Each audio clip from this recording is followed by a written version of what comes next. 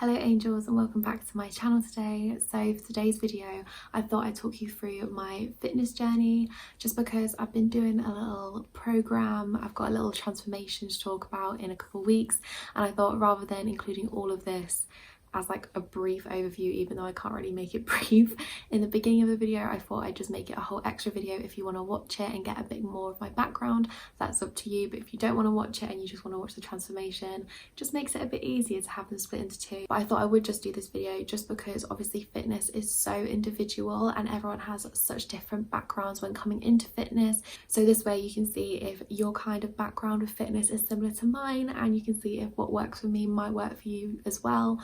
Obviously, I'm not a PT, I am just a random girl who knows absolutely nothing, just trying out loads of different things and seeing if they stick. But yeah, so if you like this video, please like, comment, subscribe, whatever you want to do, and we'll get into it. Also, if I'm looking off at any point, that's because I've just got some notes on my laptop, which is right next to my camera. And if you can hear any birds or anything, it's because I've got the window open because the weather in England right now just doesn't know what it's doing. So please bear with that. So I was always a really active kid. I did ballet twice a week on top of loads of other after school activities. I did brownies, which I then did guides. I did swimming. I did loads of different types of dance. I did jazz, I did modern, I did literally so much. I had drama club, singing club, I learned to play the violin, so much stuff. I was always doing stuff after school. I was always really confident and outgoing. I always used to like split my time in my breaks, so half the time I'd be playing fairies with the girls, and half the time I'd be playing football with most of the boys. I was always kind of half tomboy, half girly girl. I liked a little bit of everything, so I was always running around. I was never like someone who didn't enjoy being active. I just really wasn't a fan of like running or gymnastics or stuff like that. I never really got into that. I was never really overly aware of my weight. Like, I was pretty normal compared to my peers until I moved schools. So I moved from a village school of 15 students per class, one class per year, to a city school at the end of year 2. So I was around 7 years old, and my new school had 30 kids per class, 2 classes per year, so it was quadruple the size of my school before. And in this school, a lot of the girls were a lot slimmer than me and a lot shorter than me. I was always the tallest in my year, even in my first school, but in this school I was very clearly visibly different in size, in widthways, from the girls as well. They were very petite, and I definitely started to notice that. So yeah, I became very aware from quite a young age that I was different from a lot of the other girls. I also started puberty a lot earlier than most of my friends, so I started getting acne on my back. Not very severe, I never went to the doctors with it, but like a few spots here and then on my back and shoulders. I also started to grow breasts before my friends, and I got my period before any of my friends as well. So again, kind of othering me from other people. I remember feeling, despite having a lot of friends in school, I definitely felt very other. I felt a lot more mentally mature than my friends as well. I knew a lot more about sex and stuff than any of my friends, so it just kind of made me feel a bit different and very aware, like, you know, that kind of self-awareness you get in teenage years where you're like, oh my god, everyone's amazing and I'm really weird. That's how I felt in like primary school. So then in my last years of primary school, where I was like 10, 11, I had a severe loss of appetite. I remember days in the summer between primary and secondary where I would literally only eat a nectarine or a peach for the whole day and I'd have no appetite. I really shot up in terms of height even more, and I was very slim then. I like, all my kind of puppy fat had seemed to disappear for then, except from in my face, and I looked very gangly and awkward, I think, looking back. But in my eyes I was like, yay, like I was a size 4. I was really happy because I was really slim, and yeah, but I still felt big, but I knew that I was more petite now, so I felt like I was finally fitting in. Obviously then I started secondary school. I was really slim until I hit the age of 13. So when I was 13 I went through quite a dark stage of depression. I turned to binge eating. I would literally eat the most disgusting combinations of food, hide them in the pockets of my dressing gown, and that became quite a big problem with me and definitely a coping mechanism for my depression. I gained weight very rapidly, so I went from a size 4 to 6, as previously mentioned, to around a size 14 in 3 months, which is quite a rapid weight gain, but not surprising considering what I was eating. There's a picture of me, I think I'm about 13, 14, with my sisters, and I honestly look nothing like myself. My face is just really swollen up, and I just don't look like me. I was really, really down. I got in this really, really vicious cycle with myself where I felt really, really unconfident, really down with how I looked. So I didn't want to go outside. I'd stay in, which only obviously the inactivity made me bigger, and so then I feel worse about myself, and the binge eating became more when I was at home more, so it would just carry on and carry on. I would become bigger, so I'd eat more and stay home more. I become bigger, and it was just a really bad cycle. At this time I also lost my period. I lost it for 9 months, and obviously that was something really to be concerned about. Instead of having a period, I'd have quite severe abdominal pains every single month instead. So we went to the doctors about it, and the first time they misdiagnosed me as having stomach migraine, which is a really, really rare condition, and they gave me stomach relaxants, which actually gave me gastrointestinal reflux disorder. So I have acid reflux every time I eat now, so thank you GPs for that. And then my sister actually got diagnosed with PCOS as she had an internal ultrasound. She's 5 years older than me. So my mum basically marched me into the doctors and was like, look, it isn't what you thought it is. Does she have this? They had already taken blood tests, and my hormones very slightly suggested that that could be the case. However, looking back on it now, so I obviously started puberty like 9, 11. I'm still probably going through puberty now. You don't fully mature until you're like 25. So honestly, it was probably just a hormone fluctuation, and I probably just had a little bit more testosterone that month than I usually did, or maybe through that period of me gaining weight, I just had a bit more testosterone than usual, and it would have gone back down. That's what me and my acupuncturist think now. But they did diagnose me with PCOS, so I started taking the contraceptive pill. I took the mini pill at first because I do suffer with migraines anyway, but then after a while that didn't work. My period stopped again, so they put me on the next up pill, which is Gederal, and I've been on that for 7 years. Because of all this pain and everything and all these issues with my health, I'd actually had quite a lot of time off school, unfortunately, which was getting me in trouble with school. It was making me a lot less antisocial. I mean, I still had friends. I always had friends at school, but I wasn't really hanging out with them as much because I didn't want to be reminded of the fact that I was so much bigger now. All my clothes weren't fitting right, and I was feeling really, really low in myself. So my big sister decided to start taking me to the gym with her, which was a local one here, and we went all the time. Then she went off to uni, so her best friend would take me to the gym instead. This is when I was around 14. I don't think legally in the UK you're allowed to go to the gym until you're 16. I mean, at least that one's rule was 16's over. But because, like I said, I always looked a lot more mature for my age, I was very tall, they let me in, and they never ID'd me. I mean, at 16, do people even have IDs? But yeah, no, so they just let me. So yeah, I would go to the gym, and I didn't really have much of a knowledge about what to do in the gym. It was like complete newbie beginner stuff. So we had a rowing machine that we used to use on sports day at my school, so I would cling to the rowing machine or the cross trainer because I'd used mum's at home. I think when you have such an inherent focus on, you know, losing weight and everything, your heart's not really in it to be fit. You just want to lose weight. You want that instant gratification. Like humans as creatures, we want instant results, and weight loss is such a long journey. It takes time, and you have to be really, really dedicated. And at my age, literally, I just wanted to be skinny. I wanted to do, you know, a 5-week challenge and go back down to a size 6, you know, which just wasn't going to happen for me. So anyway, I stayed at the size I was. At school, this made things very hard in terms of PE. I actually asked to be moved down a set because I hated the thought of going on a run or something and people seeing me and being like, oh my god, the fat girl's trying to run, which no one would have thought. I mean, no one would have. I was not even fat, like fat.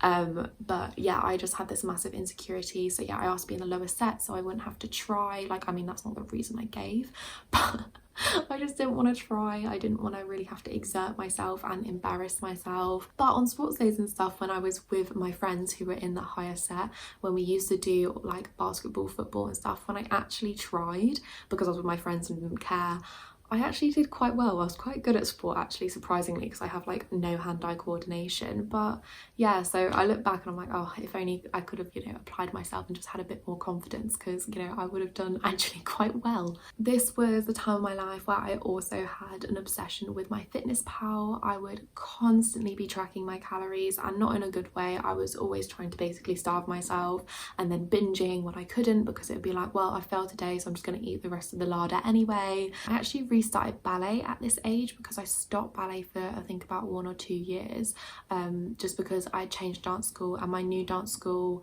didn't teach ballet anymore, so I carried on doing jazz and stuff. didn't really like it as much. I stopped, and then I found a new dance school which did do ballet, and I really enjoy myself. That's where I met my best friend Ollie, and I was doing ballet until I was about 18, 19, I think. I really loved ballet. I think it's such a good form of exercise. Anyway, so that's pretty much the roundup of my secondary school experience. I kind of averaged out at a size 12 for the last 2 years. Now moving on to sixth form, I was 17. My sixth form was actually based in Cambridge, so for me to get there it required a 20-25 minute walk to the station, getting on the train, and then a 10-minute walk to school. I also got my job the summer before, so I got some financial independence, which was really nice for me. We had a big leisure centre literally across the road from the sixth form. There's Five Guys, Chiquitos, Bella Italia. So we used to choose one of these restaurants, most often Five Guys, and just eat there every single lunch. I was eating out every single lunch and break time, and when I tell you, in first term of sixth form I gained so much weight. I was back to a 14, I mean probably even pushing 16. I was quite a lot bigger. Because of the big commute and everything, I found it a lot harder to stay consistent with ballet. It became more of a chore on top of all the homework from going to a very high achieving sixth form and having to do this big commute and everything. It just became really hard. So I was skipping dance lessons, and I was walking more, but I was eating a lot more fatty foods as well, so a bit of a step backwards there. Because the friendship group was so big, there were always scandals, toxicity, bitchiness going on, so I ended up falling out with all of them pretty much. I'm friends with almost all of them on an individual basis, but as a group it just really was not the place to be. So my mum actually started paying for me to have a gym membership, so I had somewhere to go at lunch, so I wouldn't be alone just while I waited to find new friends. And that's when I started becoming a lot closer to Kim, and then Kim got a membership there so we could train together. So a lot of lunches in the week, me and Kim would just go to the gym together and have a workout together. Probably not the most productive, but it was really nice to have someone there as a support. This gym is actually a gym that I'm currently going to now. It's a really nice environment. When I first started going, I had a personal trainer called Josie approach me, and she actually became my personal trainer for about 4 or 5 months, I think, in the end, until she moved away. And she taught me so much stuff about the gym in terms of form, in terms of how to do things. I definitely struggle with a lot of things to do with form in the gym because I'm hypermobile, which means that when I straighten my joints they go a bit too far than they should do, especially in my knees and my wrists. So when I'm doing exercises such as squats or a leg press, sometimes I can straighten a bit too far, and that puts a lot of pressure on my joints as opposed to strengthening the muscle. The muscle doesn't have to work as hard because the joint does the work for it, but that can lead to a lot of injury. This also happens a lot with stretching. When I'm stretching out my muscles, I can't hold a stretch for too long, otherwise it will start pulling at the tendons and ligaments in my joints rather than the muscles itself. So she helped me a lot learning how to do things a bit differently and adapting exercise and workouts to work for me. She also gave me a lot more confidence in the gym with working with different machines and in different areas, and she's literally the only reason that I can go into a weight section and not want to cry. Most of the workouts that I did with Kim were basic glute activation, a few squats, nothing too strenuous. We did some basic cardio, but I'm going to be honest, most of the time we spent there we were just chatting. We didn't get very good workouts in. And when I was with my personal trainer, we actually focused on a lot of HIIT exercises because my goals with her were to lose some weight. I really don't like HIIT, but I like it if someone's there telling me what to do because it gives me the motivation. But if I'm by myself, I just can't get myself to do HIIT. I just don't enjoy it. There's no instant gratification for me. I'm just sat there like, why am I doing this to myself? Really not the one for me. But for the time it did actually help me get to my goals, and I did eventually go down to a size 10 to 12 just from her training, so that was really great. Then around the time that I stopped training with Josie because she moved away, I met my evil ex. He made me feel so anxious that I lost my entire appetite. This was around the time I was taking my A-levels as well, so it was really serious. I felt so sick to my stomach all the time because he made me feel like I was an awful person. Literally just talking about that situation makes me feel anxious now. Yeah, it was really unhealthy and toxic and really not good for me. Like I say, I wasn't able to eat because I just felt physically nauseous all the time. After my A-levels, it was around results time. I remember we went on a camping trip and my mum was just like, begging me to eat.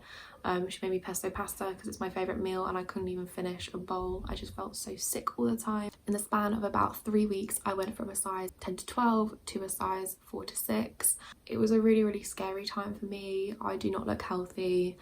It was not good weight loss, and I still thought that I was big afterwards. I was having to like punch new holes in my belts because they didn't fit, and yeah, it just really was not a good time for me. If you want to lose weight, that is really not a good way to do it because it just makes you feel so awful. I felt so tired. I had no energy to do anything. Like I said, I felt sick and anxious all the time. It was not something I did intentionally. I wanted to eat so bad. I just physically could not. And I would never ever advocate for someone to be where I was, because that is just not, it's not what you want. It's not good. And yeah, I'm much happier now, a bit bigger than I was then when I was much smaller. So when I got my results, I did not do as well as I wanted to, kills the priest, because of everything I was going through. And so I decided to take a gap year.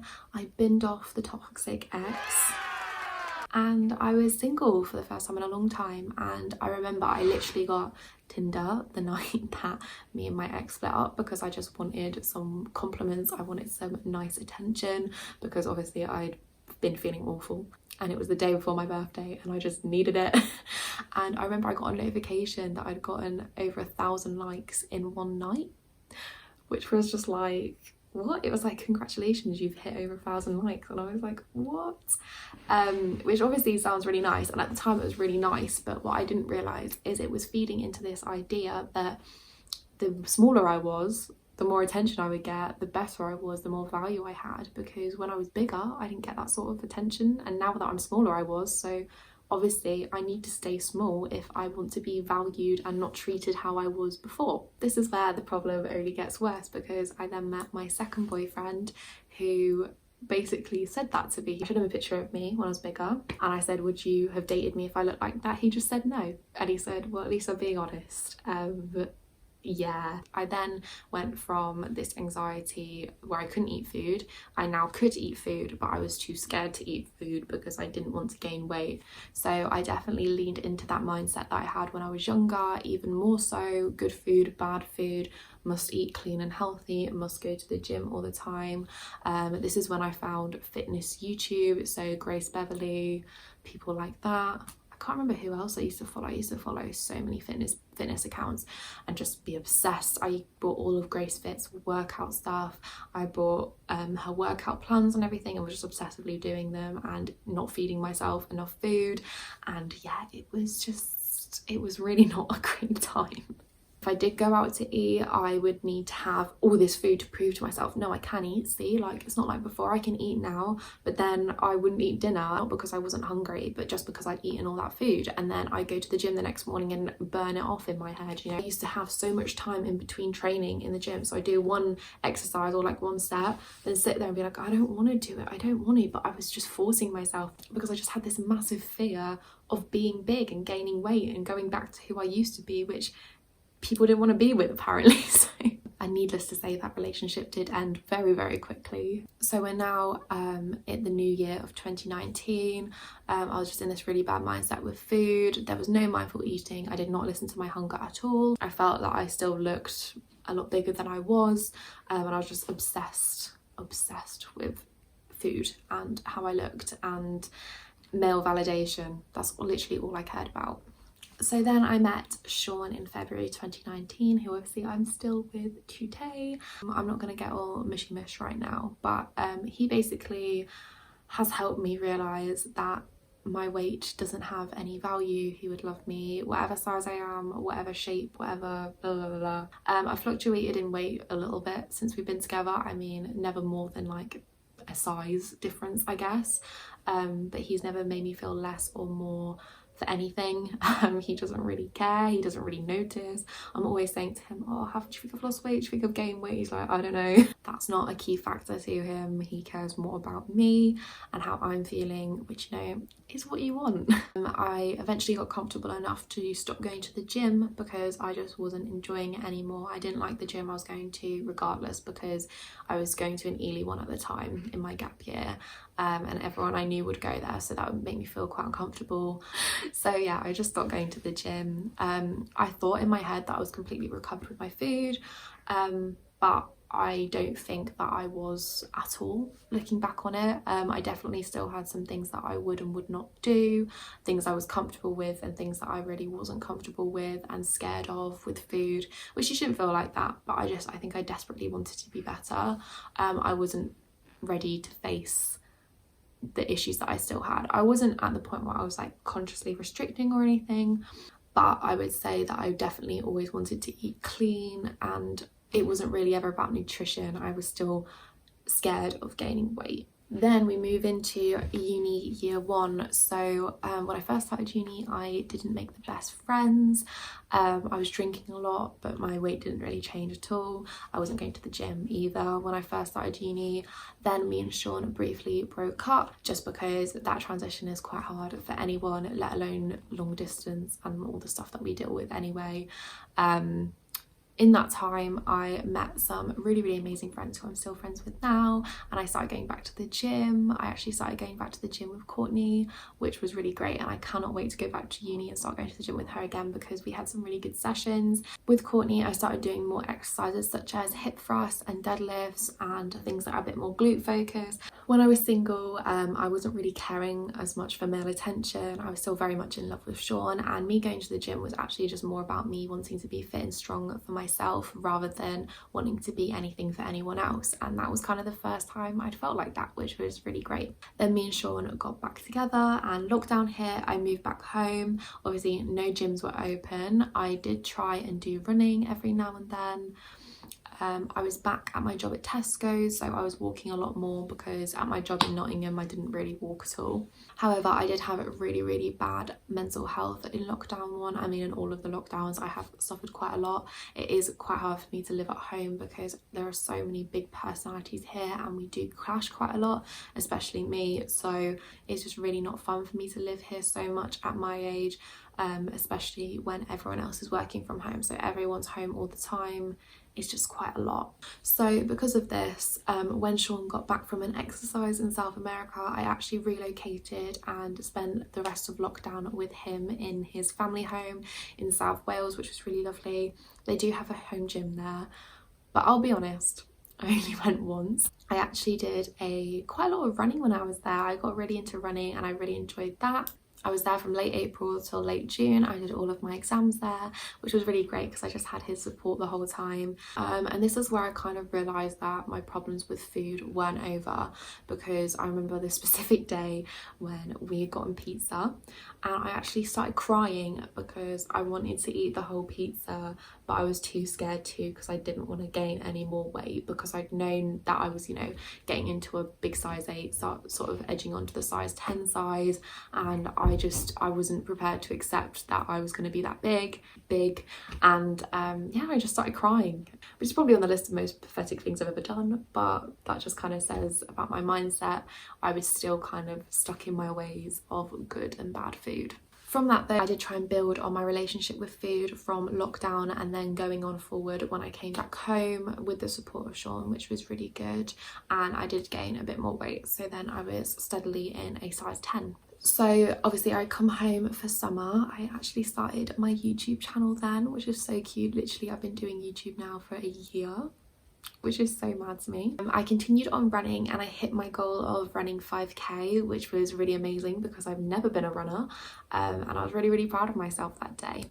I also started doing some home workouts just to change things up a bit when the weather started getting worse. So I would use the Mad Fit dance workouts. I really enjoyed doing those. It incorporated that dance that I used to do with a really sweaty workout, and it worked really well for me because it was like, what, 20-30 minutes out of my evening. Really nice and convenient to fit in with uni, and I did really enjoy doing that. Going into my second year of uni, I somehow managed to continue working 5 days a week and do uni, and stay consistent with YouTube. I literally don't know how I did that. I did gain a little bit of weight at Christmas just because I feel like Christmas was the first time I fully let go of any restriction around food. I think I went on like a couple runs and me and Sean went on a couple walks, but we weren't overly going all out with fitness, you know. I did go to the gym a couple times as well, but we were mostly focused on eating well, having a nice Christmas and enjoying each other's company, which is literally what Christmas is about. It's really sad that, you know, that hasn't been my primary focus for quite a few years, but yeah, I just fully let go and enjoyed myself, which was really nice. But I did obviously gain a little bit of weight because of that.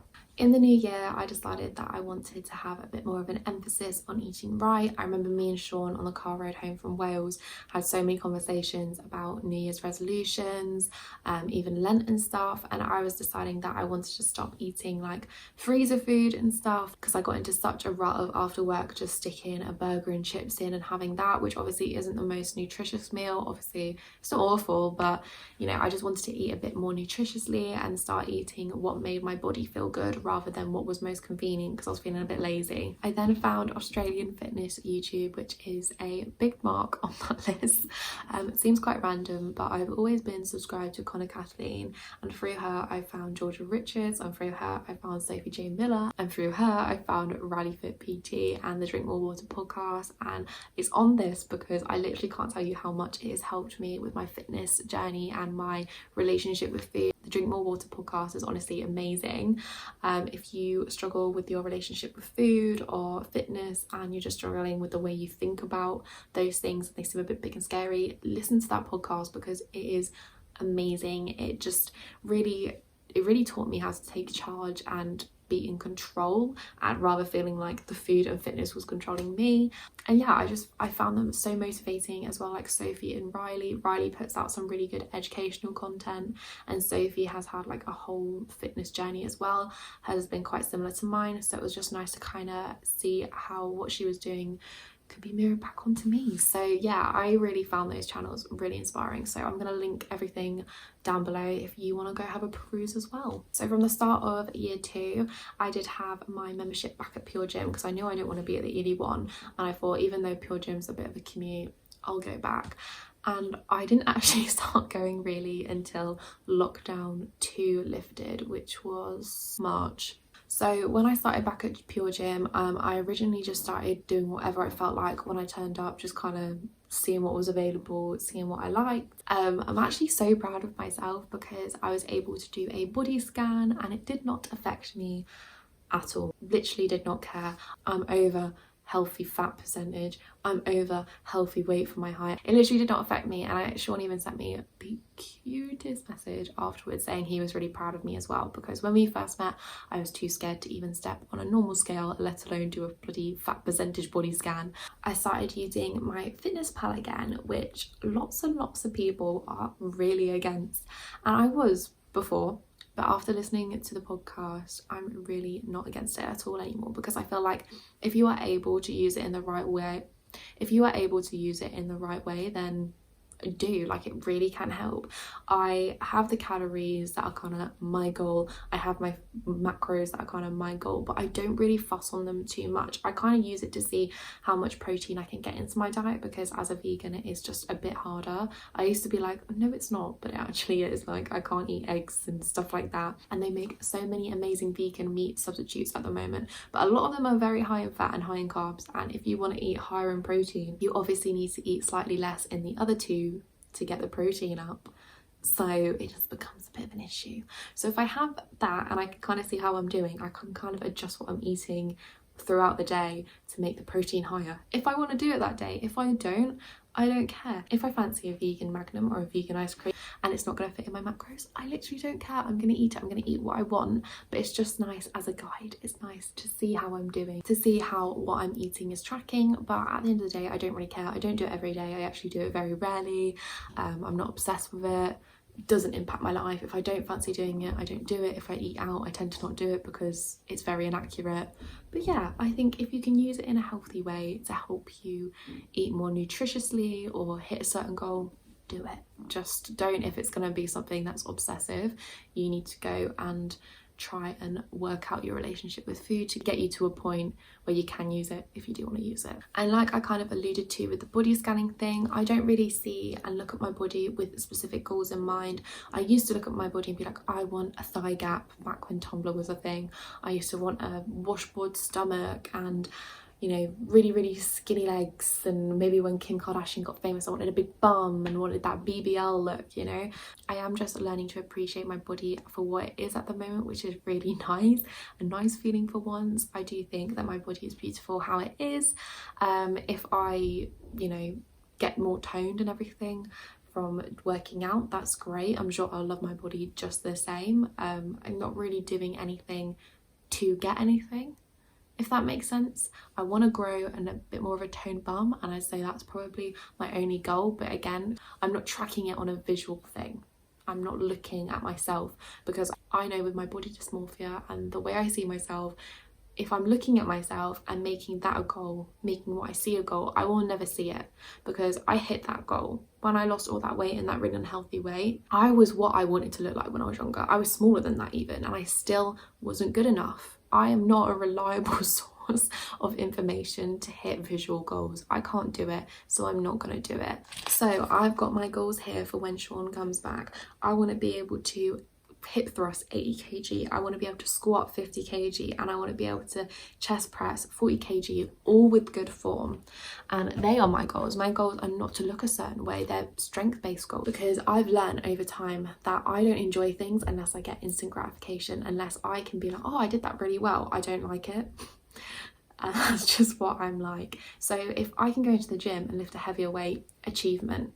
If I can go on the step machine for a minute longer, achievement. If I can go on the treadmill and do a higher incline, that's an achievement, and they are all instant, and I could be like, well done Amber, you've done well. If I can take the peg down a bit more, well done, but you've done well. And that's how I measure it, and that's how I feel good every time. You will see me in the gym looking like an absolute idiot with a massive smile on my face, because I feel happy and I get all those endorphins, but I'm also just really proud of myself for doing it.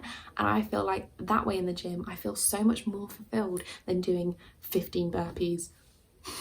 That has never brought me joy, but going on the assisted pull-up and bringing that peg a notch up and being able to do it, and struggling so hard but being able to do it, that gives me so much gratification. So that's where we are now. I'm feeling more fulfilled than ever with me in myself, and also me at the gym. But that is not to say that I'm perfect. I still have wobbly days at the gym. I still have days where I'm like, oh, I hate this. Something that Riley and Sophie preach on the Drink More Water podcast is you are never going to feel motivated 100% of the time, but you just need to have that routine where it becomes instinct to do what you want to do to hit the goals that you want to achieve. If you don't want to achieve any goals with the gym, don't. But if you have goals, you need to be like, okay, well, I'm going to go to the gym 4 times a week, which is what I find sustainable with having a more manual job and everything, and doing the amount of walking I do. 4 times a week is good for me. So I like to go 4 times a week. Even if I don't want to one day, I'm going to the gym 4 times a week. Even if it's a rubbish session, at least I went. And even that will just make me happy in itself. I still have wobbly days with my body image. Some days I wake up, yesterday was one of them, and I was so bloated. I've been in isolation now for like 10 days. It's my last day today, and I have not been able to do any physical activity. I mean, I could have done a workout on the TV, but I really did not feel like it, and I wasn't going to force myself to do something that I really didn't want to do. I didn't feel like it. I've been feeling really low from being just stuck in my room, and so I've become really bloated. I'm also stressed about going to work, which obviously the bloat continues, and I just had this big old stomach yesterday full of bloat, and I looked at myself and I felt really rubbish about myself. But everyone is like that. You are never gonna look at yourself every single morning and be like, well, I mean, maybe you do. I'd like to be you, but I don't think that's achievable, and I think you're just gonna have to accept that some days you're not gonna feel good about yourself. But if you can make most of the days you feel good about yourself, that's a good thing, and we've all got to start from somewhere. But the baseline is that I'm so proud of how far I've come with me, with loving myself, with learning all this stuff about nutrition and everything. I see food as just fuel. It is energy. There are better forms of energy. There are less good forms of energy naturally. Obviously, a fruit's going to give me more natural sugar and more energy than a sweetie. obviously, but if I fancy the sweetie, I'm gonna have the sweetie, or if I fancy the apple, I'm gonna have the apple. And it is all about choices. Some choices are gonna get you to your goal quicker and some aren't, but some choices are really good for your soul, like going for a nice meal out with your friends. I'd much rather that than not, and just eating the food that I made for myself and missing out on all those opportunities but getting to my goal a week sooner. I'd rather take that option, you know, but that's up to you, and it's up to individual choice and preference. I've also learned the difference between what I call head hunger and body hunger. So you've obviously got your cravings, your appetite, and the want for something that tastes nice, and I say that lives in your head. Whereas you've got your stomach hunger, which is your actual hunger and the feeling of fullness and satisfaction. So it's like when you walk past something that smells good, you may be full, but that still smells good, and part of you is going to want that. Or maybe you're really feeling nauseous, your appetite's gone, everything sounds disgusting, but your stomach's grumbling, it wants food. And just learning to balance the two, learning to eat for my appetite but also eat for fullness, and just learning where satisfaction is, because it kind of sits in the middle there. Eat when I'm hungry, and just listening to myself and finding a good rhythm. I've also learned a lot about self-love and happiness in my own size and my own skin. Like I said, I haven't got any goals to be a particular size. I am the size I am right now, and that is absolutely fine. If things change, they change. I've come off the pill since Sean's gone, and I've decided to see how that does me. Like I said, I've been on the pill for 7 years, and I felt like it's a break, because taking it full time wasn't working for me. I went back down to taking it and then having the period break. I just still didn't feel great. So I decided to take a break. If it doesn't work for me and I want to go back on it, that is fine. If not, it's fine as well. I've talked about it with Sean. He's going to support me with whatever's good for me. You know, if it makes my boobs pancakes, then it makes my boobs pancakes, and I'm just ready to embrace whatever changes are coming. If I go to the gym and I come out looking like Hulk Hogan, sure thing, unlikely to happen, but that's what happens. And just learning to embrace my body, because something else I've learned, which I think is really important, is, like I said, our bodies are changing all the time. I think no matter how much gym I did when I was younger, I wouldn't have lost the weight, because my body wanted to be that weight at that time.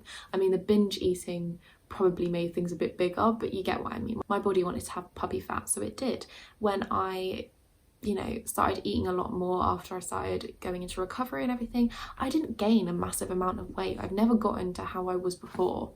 So clearly my body just wants to be that, and it doesn't want to be that now, and that is fine. But also, as I grow up, my body's going to change again. I'm only 21, I've got 4 more years, and then after that, going into motherhood, getting pregnant, my body is going to be constantly changing. Menopause, getting 50, you're never just like, oh yeah, done. This is where I'm at.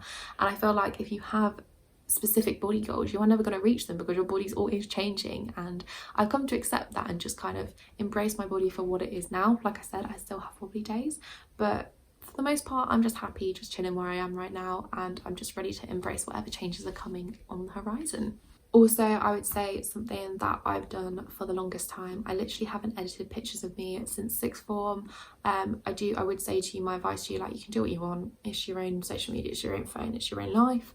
But my suggestion to you, if you do edit your Instagram pictures, is to stop, because it really does warp your perception of yourself and your perception of beauty. I know almost every single influencer edits their pictures, but you do not need to. No one needs to. I feel like everyone's trying to conform to something, to a goal that doesn't exist. It's not attainable. Even the bloody Kardashians, which are body goals, edit their pictures. We're all trying to be something which isn't real, it isn't humanly possible, and we all know that, yet we all kind of still participate in it. So if you're feeling really down about your body, I would say my advice to you is stop editing yourself. That goes with your face as well. I literally have not used filters since 2016, that puppy filter. I used to use them. Since then, no, I don't use any Instagram story filters, nothing, because I just feel like you start looking at that and thinking that's how you're going to look, and then you look in the mirror and you're like, oh. And I don't want to do that to myself. Every time I put one of those filters on, I think I look ridiculous and weird. Like, I'm repulsed by the filters, and I have come to accept my face as it is, and I like my face. And I've learned to embrace things such as the bump on my nose and stuff over time. And I think self-love is a journey, and just because you're not there yet, please don't feel like you need to change, because you don't. And that would just be my advice to you. So we're coming to the end of this video. I know, finally. I feel like I've been talking forever. I'm so dehydrated. But obviously we're in present day now on this journey. Like I said, I had started a fitness plan and had a little transformation. Unfortunately, it has been hindered by this, 10 days in isolation, but I'm still going to be doing my last week next week. So I'm going to the gym tomorrow and Friday, hopefully, seeing how I am with my weights and everything, if I need to tweak anything, and then I'll be doing my last week, and then I'll do a roundup, a before and after, show you how things will look for me, because like I said, that's the only way you're able to see progress in me, and kind of show you how much I progressed on weights as well. And hopefully you enjoy that video and tune in for that. But if you enjoyed this one, like I say, like, comment, subscribe if you want to see more of me. I'm trying to upload twice a week at the moment, and I did have a big break, but I think with this isolation I've got myself back on track, so there should be a lot more coming soon. Have a really nice rest of your week, and I'll see you soon. Bye.